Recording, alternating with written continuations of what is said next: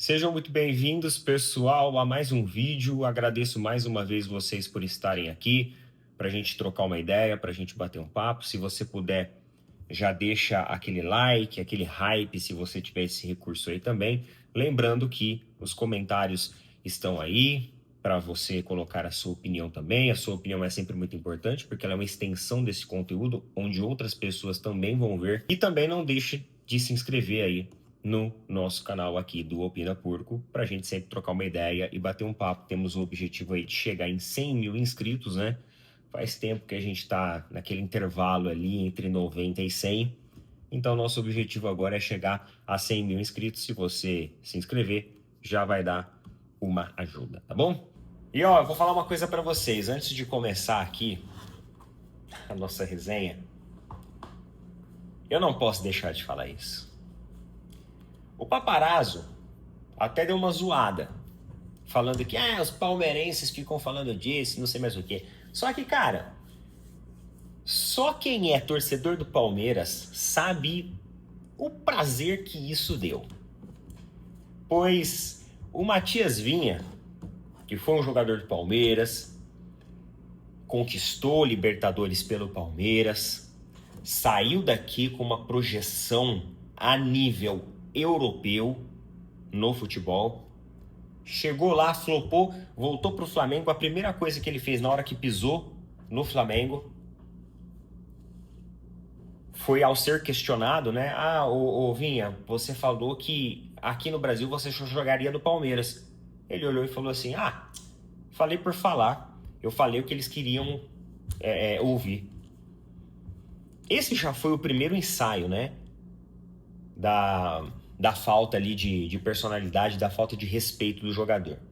E aí veio o próximo agora, que ele subiu ali em cima do trio elétrico, e como se fosse um animador de festa, né, um animador da carreta furacão, ele começou a cantar que o Palmeiras não tem mundial.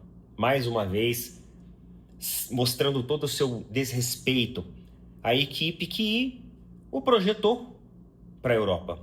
O Palmeiras foi a equipe que projetou ele para a Europa.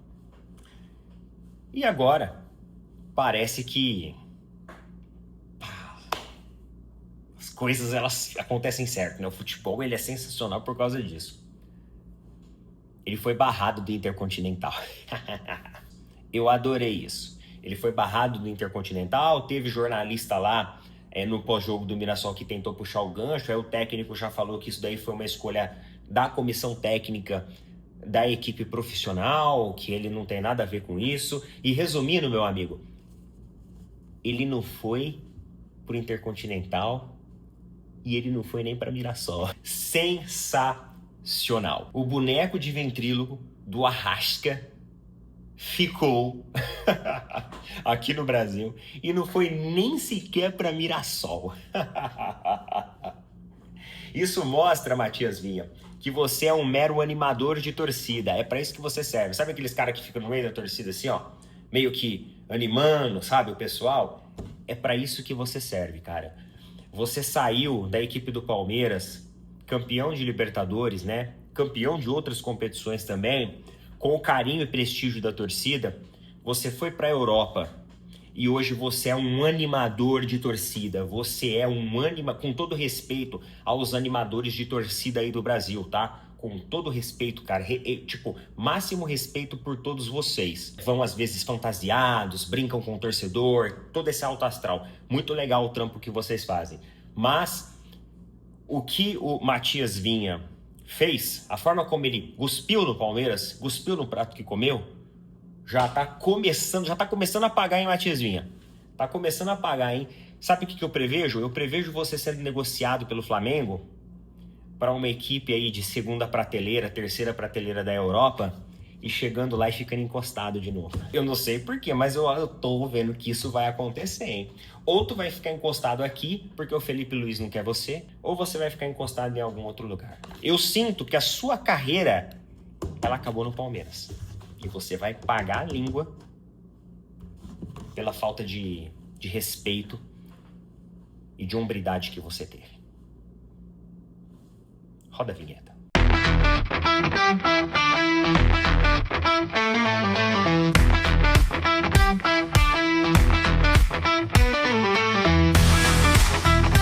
Bem, meus amigos, hoje mais um dia de mais uma rodada do Campeonato Brasileiro. O Palmeiras vai até Fortaleza, onde enfrenta a equipe do Ceará às 16 horas. E é aquele negócio. Vamos lá para cumprir tabela. Cumprir tabela. Esse é o grande objetivo. Assim, igual eu falei ontem, na verdade eu achei que o jogo do Palmeiras era ontem, eu estava confundindo as datas. O jogo do Palmeiras é hoje, às 16 horas no domingo. E o Palmeiras parece que vai com uma escalação alternativa, tá? É fim da temporada mesmo. Um jogo apenas protocolar, onde o próprio Palmeiras parece que já não dá a devida importância. E se for ver mesmo, não tem essa importância toda, né? Não tem essa importância toda. Meus amigos, quero conversar também com vocês da rodada de ontem. Ontem a gente teve rodada do Campeonato Brasileiro e tivemos um jogo muito divertido, que foi o jogo entre Mirassol e Flamengo. Quando foi marcado o jogo de Mirassol e Flamengo, os ingressos eles foram sendo consumidos rápido, porque todo mundo, né, todo torcedor do interior, os flamenguistas principalmente do interior, eles estavam esperando para ir para Mirassol e ter a oportunidade de ver um time do Rio jogar no interior de São Paulo, o que não é todo dia que acontece. Com a notícia de que o Flamengo iria colocar uma equipe alternativa, algumas pessoas começaram a oferecer o ingresso pelas mídias sociais, revender o ingresso, tentar passar o ingresso para frente. Só que quem foi ontem, tanto mirassolenses quanto flamenguistas, eu acho que não se arrependeram do jogo que viram, não. Porque foi um jogo muito divertido, um jogo de 6 gols, né? Eu ia falar 3, mas foi 3 para cada lado. 6 gols no total. E a realidade, meus amigos, é que o Mirassol, ele atinge uma marca histórica de se permanecer invicto dentro da sua casa. E o time alternativo, composto por jogadores do Sub-20 do Flamengo, mostrou um poder de fogo, um poder ofensivo maior que o time titular do Palmeiras, por exemplo. Porque o Palmeiras foi até Mirassol e levou gol até de latereio. Já o Flamengo foi, abriu placar, aí o Mirassol foi lá, empatou, aí o Flamengo foi lá, fez 2, Mirassol foi lá, fez 2-2, o Flamengo foi lá, fez 3, Mirassol foi lá, fez 3 e no final terminou 3-3. Algumas pessoas falaram ali também do último gol do Mirassol, que teria uma irregularidade porque teria uma falta na origem do lance que deixaram passar. Muita gente reclamou daquele lance aí nas mídias sociais, mas de qualquer forma eu acho que foi uma boa exibição, tanto da equipe do Mirassol, que conseguiu segurar a equipe do Flamengo, lembrando que a equipe sub-20 do Flamengo, ela não é uma equipe boba não, negativo, tá? O futebol sub-20, galera, você pega o futebol sub-20, Palmeiras, Flamengo, essas equipes têm bons elencos sub-20, então não é uma equipe boba não, é uma equipe muito esperta, é uma equipe tecnicamente muito bem treinada, e ontem também representou bem o Flamengo, porque é o time sub-20 mesmo, né? O Flamengo não foi nem com o time reserva. Na verdade, nem o técnico, nem o Felipe Luiz foi. Tinha alguns jogadores, sim, do elenco principal. Eu acho que tinha a presença de 3 ou 4 jogadores ali. O Michael, né, do elenco principal, ele estava. O Everton Araújo, correto. E o Alacian. O Alacian também hoje é um jogador que está no elenco principal. Ele costuma ser uma alternativa no banco de reservas do time do Flamengo principal. E ele também estava lá. Mas é isso. Eu acredito que foi um jogo onde os torcedores que não venderam ingresso, que foram assistir, que foram prestigiar, viu um bom jogo de futebol com um placar muito diversificado, com golaços, né? Gols muito, muito bonitos aconteceram. Né? O primeiro gol do Mirassol, na verdade, foi um gol muito bonito. Então você viu que a gente não está conseguindo ser melhor, por exemplo, que uma equipe sub-20. E eu acho que isso é desanimador. Isso é desanimador. Estamos falando de um elenco de 700 milhões contra um elenco ali de jogadores de categoria de base. São jogadores que provavelmente daqui a alguns anos vão valer sim uma boa grana. Mas é um elenco sub-20, né? Talvez se colocasse o elenco sub-20 do Palmeiras seria melhor contra o Mirassol. E vamos lá, teve uma matéria aqui da Infomoney É uma matéria de um site que é diferente de um site esportivo, então achei legal nós trazermos aqui para a nossa discussão, onde ela evidencia tanto Flamengo e Palmeiras como líderes de premiações da Libertadores 2025. Então vamos entender melhor o que é isso daqui. Eles elencaram aqui os 4 clubes com a maior arrecadação da Libertadores. Então nós tivemos o Flamengo, que arrecadou uma bagatela de 33.240.000 dólares. Então olha a arrecadação do Flamengo, uma arrecadação absurda, mais de 150 milhões de reais arrecadados pela equipe do Flamengo, né? Que está no topo ali da arrecadação da competição, é o campeão. Depois nós temos o Palmeiras, com 17.230.000 dólares. Então uma arrecadação também bem relevante, só que já a metade praticamente da arrecadação do Flamengo. Então muito menor, muito menor. E aí nós temos o Racing da Argentina, com 9.570.000, e a LDU do Equador, com 9.240.000. Além disso, essas equipes tiveram uma alta ali nas suas receitas comparados a anos anteriores, né?